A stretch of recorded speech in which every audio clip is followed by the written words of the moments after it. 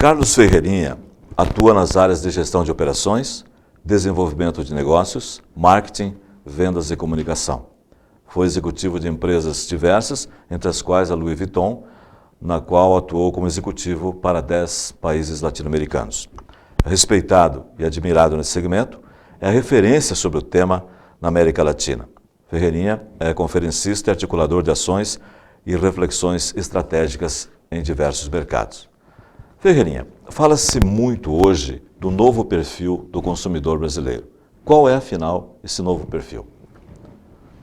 Bem, primeiro um prazer estar aqui, muito obrigado pelo convite. É realmente sempre muito especial estar aqui no Paraná, principalmente nas regiões mais afastadas como o Noroeste e aqui o Sudoeste do Paraná.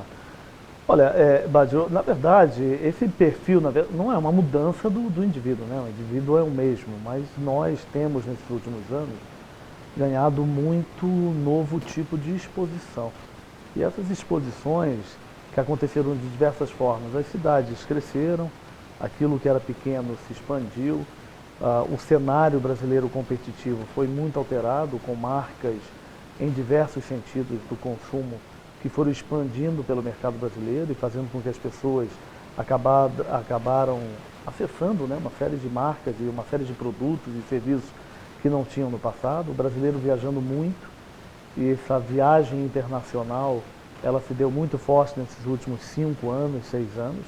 Tudo isso faz com que esse perfil do consumidor brasileiro tenha amadurecido, tenha se sofisticado, tenha alterado o padrão da expectativa.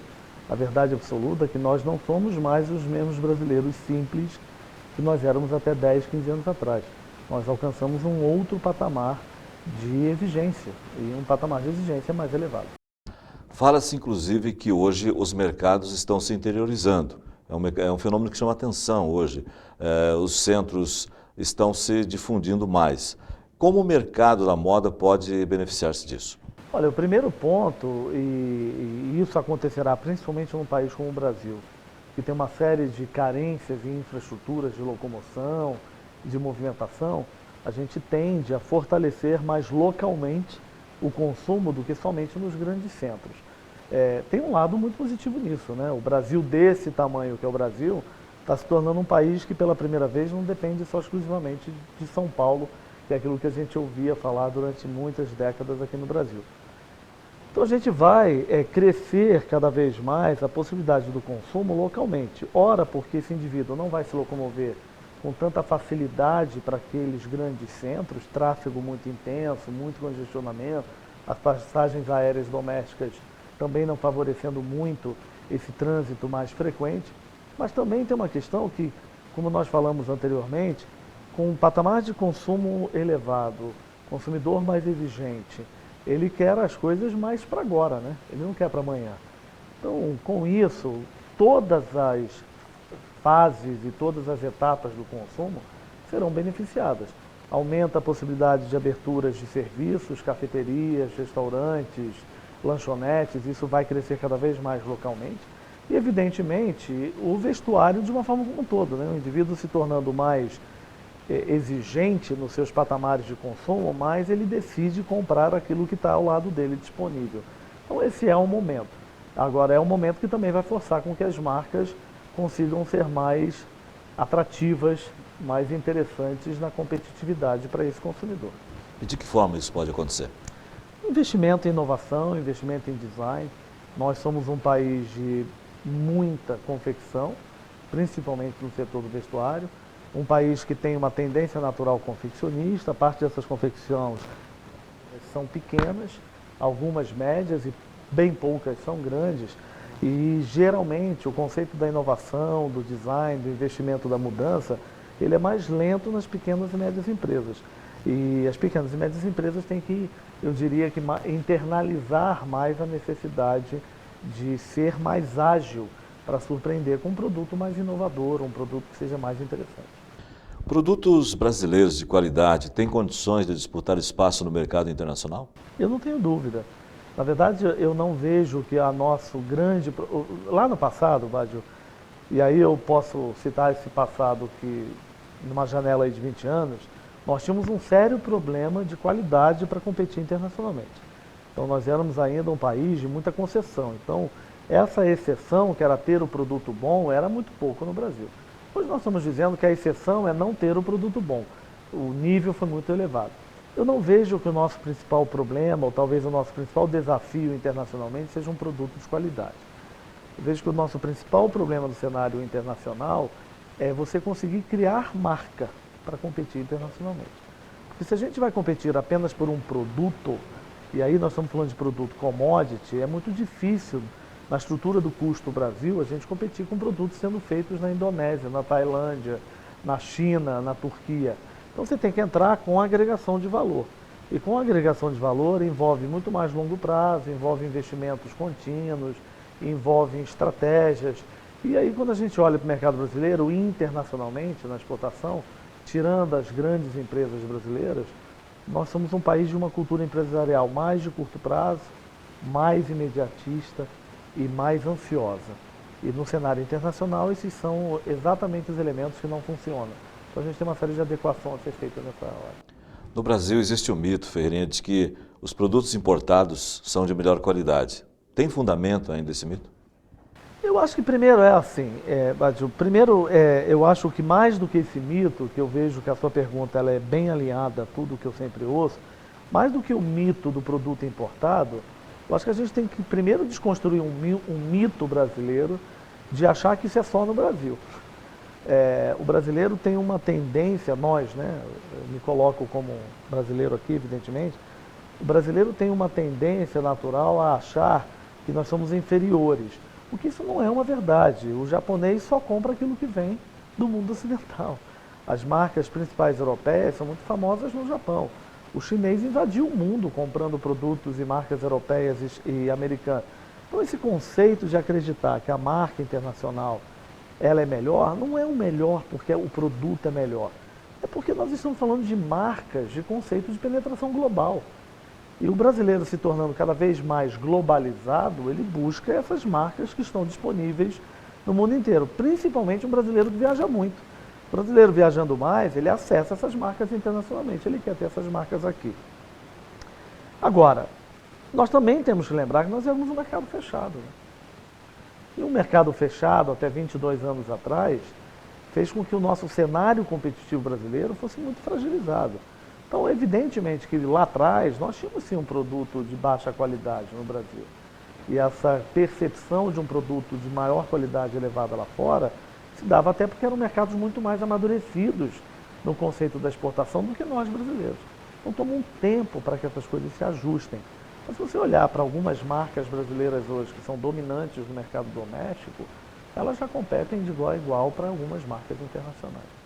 Você falou anteriormente em custo Brasil, não somente a carga tributária, mas toda essa engrenagem que atrapalha muitas vezes a produção, a venda, a expansão. Isso é um fator muito sério para o empresário superar?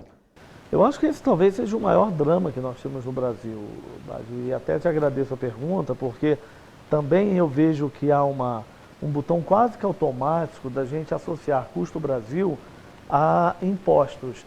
Isso não é uma verdade, né? Essa é uma fatia do bolo, né? Uma fatia são impostos. A outra é uma lei tributária que não foi alterada, a outra é uma lei trabalhista que não foi atualizada, nós continuamos com a mesma CLT de um século atrás, um custo de mão de obra brasileira com impostos absolutamente surreais.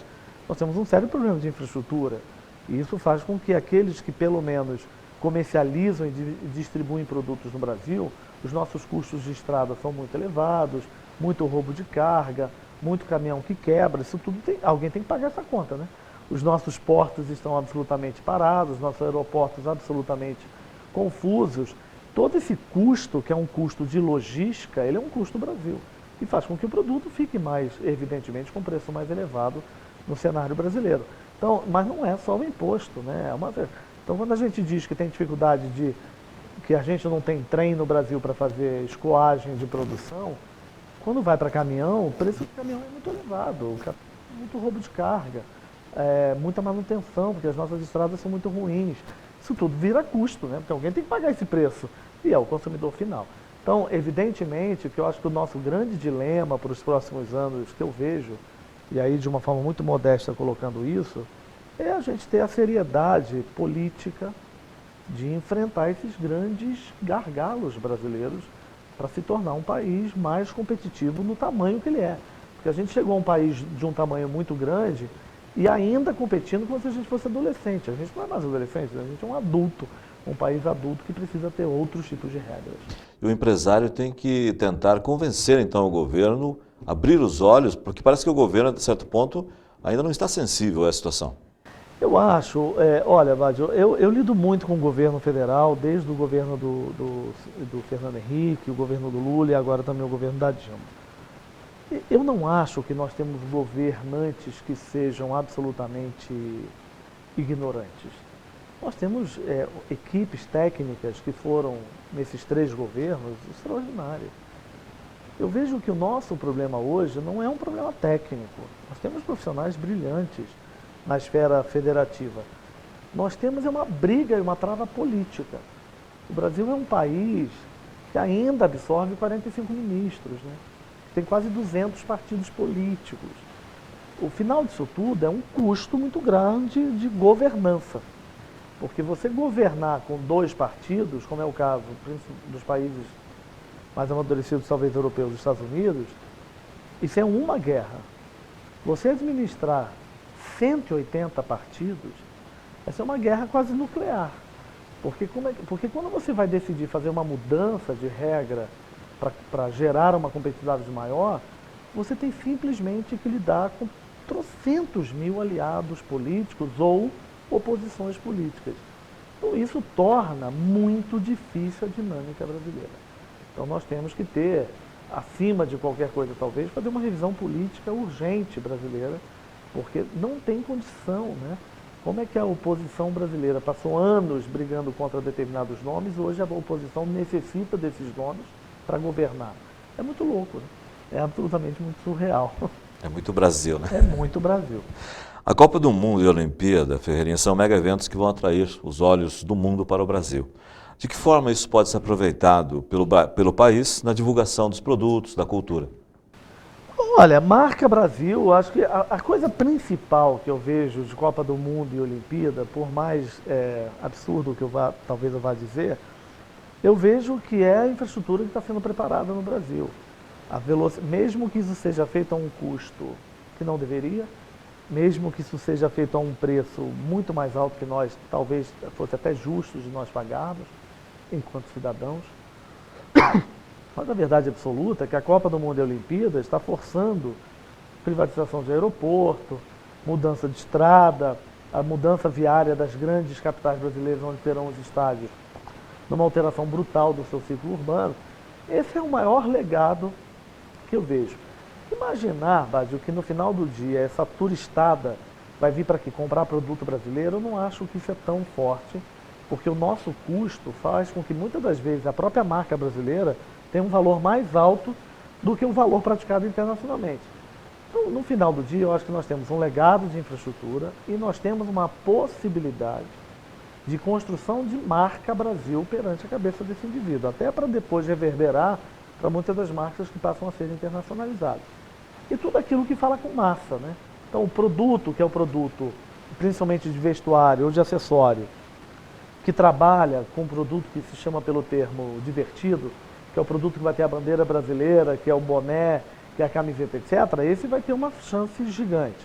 O produto bebida, a cachaça brasileira, produtos que trabalham mais essa linguagem muito forte, hospitalidade muito forte. Então alguns setores vão se beneficiar mais e outros setores vão se beneficiar menos. Agora eu vejo muito mais o legado de infraestrutura do que, na verdade, um boom de consumo que nós vamos ter. O turismo, por exemplo, alguns países bem menores que o Brasil exploram muito melhor o potencial turístico. O Brasil explora muito pouco o turismo, na sua opinião? Eu acho que além de explorar pouco, a gente explora mal, né? O mundo inteiro tem o sonho de vir ao Brasil. O Brasil é um país que exerce um poder fascinante da cabeça do indivíduo lá fora.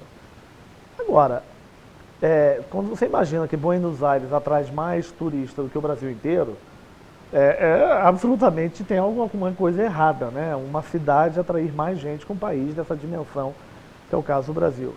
Agora, eu volto à questão da infraestrutura, né? Porque é muito difícil, se a gente pega o jovem europeu, que viaja fortemente pela Europa e tem viajado cada vez mais na Ásia, ele precisa, acima de tudo, de transporte público. Porque ele é o viajante de transporte público. Como é que ele vem para o Brasil viajar? Em que hora, em que momento, de que forma nos nossos transportes públicos? Ponto número 1. Ponto 2, tem uma questão de segurança. A gente precisa sempre enfrentar. A gente tem uma mania no Brasil de esconder esse problema de segurança. Isso não é justo, porque nós temos um problema muito sério. Um país que ainda mata pessoas para roubar celular e computador na rua. Então esse indivíduo, você imagina essa quantidade de jovens europeus que estão conectados 24 horas nos seus smartphones. Vem para o Brasil morrendo de medo que toda hora vão roubar o celular dele, vão roubar o computador, então isso é difícil. Então nós temos também uma questão de linguagem. O Rio de Janeiro, que é uma cidade, teoricamente, né, vamos colocar uma cidade turística, não tem placas de inglês de indicação pela cidade. Então você tem uma questão de infraestrutura, sério, né, que providencia, que possibilita tudo isso. A invasão de produtos chineses e da Ásia, especialmente, é hoje um motivo de preocupação muito grande. É algo passageiro, na sua opinião, ou temos que nos acostumar com isso? Não, não acho que é passageiro, não. Nós estamos falando de um país de 1 bilhão de pessoas, né? O Brasil tem 202 milhões de habitantes, a gente está falando que é Davi contra Golias. Nós estamos dizendo de um país que, enquanto o Brasil tem média de investimento em infraestrutura que não ultrapassa 20%, nós estamos falando que a China investe 46%, é quase 2 vezes mais do que o Brasil investe. Então é um país que vem se preparando, talvez muito mais rápido, para uma série de questões. Da mesma forma que seus preços estão aumentando. Mas é Davi contra Golias. Nós estamos falando de culturas que trabalham com mão de obra totalmente diferentes no Brasil, que tem possibilidades de formação de preços muito diferentes no Brasil. Então eu vejo que o caminho brasileiro não é a competitividade direta pela produção. É a capacidade de competir pela agregação de diferenciação. Seja marca, seja valor agregado em produto, seja conceitos de diferenciação, porque a China é uma grande produtora de volume. Ela ainda não é uma grande produtora de estilo. O mundo tem vontade de comprar estilo Brasil, não tem vontade de comprar ainda estilo chinês. Pode ser que em algum momento o mundo queira comprar estilo chinês, mas eu ainda não vejo isso como uma grande perspectiva nos próximos anos. O Brasil não está sabendo usar essa carência no mercado internacional, talvez? Com certeza, sem sombra de dúvida. Nós somos muito letárgicos. Nós somos muito bons em competitividade de commodity. Se a gente vai competir no minério, no gás, no petróleo, no frango, nós vamos fazer isso extraordinariamente bem. Eu sempre gosto de dizer o seguinte, quando entra no conceito do consumidor final, nós temos muitas dificuldades. O Brasil é o maior produtor e exportador de café do mundo, não tem uma marca de café brasileira competindo lá fora. Nós somos o maior produtor e o maior exportador de laranja do mundo, não tem um suco de laranja brasileiro lá fora. Então, se não tem na laranja e no café, que nós somos o maior exportador, imagina na camiseta, no tênis, etc. Como os empresários de micro e pequenas empresas, que é a nossa realidade aqui do sudoeste do Paraná, podem aproveitar, Ferreirinha, as oportunidades que o mercado hoje oferece? Olha, Badio, há muitos anos eu trabalho em diversas regiões do Brasil, principalmente com pequenos empresários, e que é o caso aqui do sudoeste do Paraná, que eu tenho bastante influência nos últimos anos. Eu também tenho que me colocar na posição que eu sou um pequeno empresário. Eu sou também um pequeno empresário. E eu não posso jamais me descolar, e quando eu falo com muitos dos pequenos empresários, eu me falo como se eu estivesse falando exatamente com meus parceiros, porque eu também sou uma pequena empresa, eu também tenho muitas dificuldades. Não há nenhuma possibilidade de competitividade, principalmente nas pequenas empresas, quando elas não entendem a verdadeira equação da diferenciação. Fazer mais do mesmo é o caminho mais rápido, mais fácil e mais certo no curto prazo. Mas o que te garante sobrevivência no médio e no longo prazo é a sua capacidade de introjetar o novo.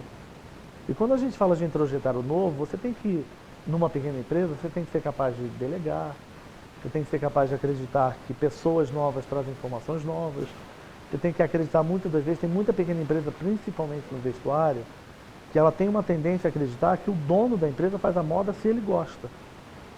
Então eu adoro isso, a minha filha adora, a minha esposa adora.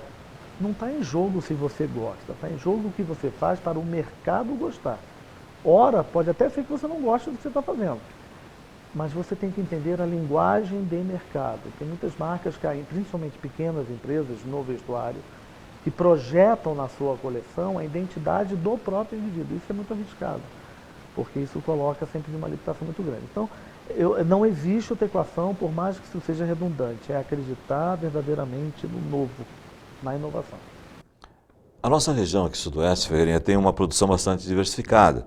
Produz moda social, lingerie, alfaiataria, camisaria, facção. Para se consolidar como um polo da indústria do vestuário, na sua opinião, o ideal seria ter um foco específico, focar mais num determinado específico, ou manter essa diversificação? Olha, eu achei essa pergunta muito interessante e, na verdade, até bem desafiadora. Eu diria o seguinte, eu não acredito que uma região como o Sudoeste do Paraná pode ter apenas um foco produtivo. Então, isso, para mim, é absolutamente sem sentido. Mas eu também não acredito, Bádio, nessa cultura brasileira que nós temos, onde o Brasil acredita que ele pode ser bom em tudo. Isso não é verdade. Então a gente quer ser o campeão mundial do vôlei, da ginástica olímpica, do futebol, da natação. Só que a gente só investe no vôlei.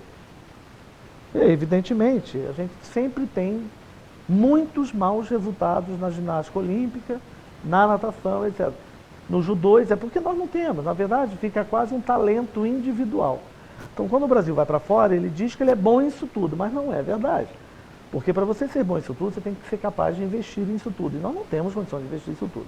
O que eu quero dizer? Nós temos que ter a coragem de eleger e elencar quais são as armas que nós vamos para a guerra. Na guerra da competitividade, uma região como o Sudeste do Paraná tem que favorecer a produtividade, mas tem que eleger quais são os setores que serão a vitrine do Sudeste do Paraná. E nesses setores tem que ter uma coerência estratégica de investimento, de competitividade, de expansão.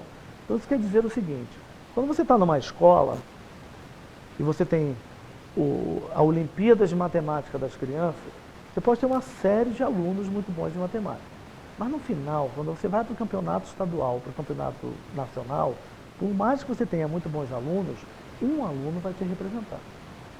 Então você tem que ter no Sudeste do Paraná uma série de pessoas e uma série de empresas no setor produtivo. Mas em algum momento, alguém tem que ser aquele que leva consigo a responsabilidade da vitrine do Sudeste do Paraná. E aí imaginar que dá para ser todo mundo, não dá. E esse foi um grande risco da nossa promoção de exportação brasileira nos últimos anos, onde eu acompanhei durante muitos anos o governo federal levando todos os tipos de marcas, de todos os tipos de segmentos, todos os tipos de setores para competir internacionalmente. No final, o que ficou? Nada. Porque você não pode levar todos, porque nem todos vão jogar da mesma forma. O grande problema hoje, Ferreirinha, do país inteiro é a questão da formação de mão de obra qualificada. Na sua visão, o que tem que ser feito para o Brasil superar esse problema? Olha, Vádio, eu e você não vamos ver mais isso, né? Na verdade, esse é um problema enorme, crônico, talvez um dos mais sérios problemas. Eu volto a dizer, a cultura que eu falei há pouco tempo, a cultura de curto prazo brasileira faz com que a nossa consciência política faça investimentos para dar resultado a cada 4 anos, porque é o nosso ciclo de mudança política. Então nós não temos um pacto brasileiro e um pacto que deveria ser inclusive previsto numa Constituição, dito eu dessa forma, aonde aquilo que se fizesse na educação não poderia mudar nos próximos 30, 40, 50 anos. Então se a gente observar a parte da transformação que alguns países como Coreia, Singapura, etc., foram pactos muito sérios, por exemplo, do Chile. O Chile é um país muito pequeno que teve fortes mudanças, né, de oposição desde a era do Pinochet, um homem ditador, mas onde parte das decisões foram tomadas até no período do Pinochet, que era da educação e da economia, não foram alterados pelos outros partidos. Então o que acontece é que se a gente começar hoje a fazer um investimento violento, verdadeiro, na nossa base de educacional brasileira, talvez a gente colha resultados daqui a 20 anos, numa nova geração. Mas isso é ótimo, que talvez a gente tenha uma perspectiva daqui a 10, 20 anos. Atualmente, no cenário que está, a única solução que existe são as empresas assumindo isso. O setor privado brasileiro tem que ser aquele que vai educar a mão de obra, porque a gente não tem uma mão de obra básica que chega no campo de trabalho preparada. E não é culpa do indivíduo, é culpa de uma estrutura educacional muito confusa. O Brasil hoje, ele permite, e aí eu falo por justa causa, porque eu tenho na minha família 3 irmãs educadoras. O Brasil ele é tão nocivo na sua questão política de fabricar números, então a gente agora está na onda, já há alguns anos, de fabricar aprovações no Brasil escolar. Então a gente tem hoje alunos que chegam à universidade sem somar, sem escrever o nome, sem ler, porque a gente teve que fabricar um número dizendo que pelo menos a gente já não tem mais alfabetização. Mas a que preço? A levar esse indivíduo à universidade sem conseguir ler, sem conseguir somar, sem conseguir ter uma reflexão, então é muito difícil. Ou seja, tudo começa com a educação. Eu não tenho nenhuma dúvida. A educação é a base de qualquer coisa. A educação liberta, né? O indivíduo que tem poder, tem acesso à informação, ele está empoderado, né? A informação, a educação é que faz com que o indivíduo consiga dar passos que ele não era capaz de dar antes, né? Porque ele fica mais hábil, mais apto, mais capaz de lutar por aquilo que ele quer. Ferreirinha, o que o empresário deve levar em conta na hora de ampliar o seu negócio? Muito boa essa pergunta, porque eu não acho que é só investimento, eu acho que essa pergunta é muito interessante. Acho que a ampliação de negócios, ela prevê risco. Você precisa arriscar sem ter certeza nas coisas. E principalmente o pequeno e o médio empresário, Brasil, ele necessita ter muita zona de conforto para tomar suas decisões de ampliações. E parte do seu projeto de ampliação e expansão tem que vir de uma parcela de risco. Tem uma frase que eu gosto muito de dizer: não há inovação sem risco. A única possibilidade que existe para inovar é arriscar. Então eu vejo que acima de qualquer coisa é uma capacidade verdadeira e genuína de tomar risco, assumir riscos. Ou seja, o empresário tem que acreditar naquilo que ele tem certeza. Exato. Acreditar naquilo que ele não tem certeza.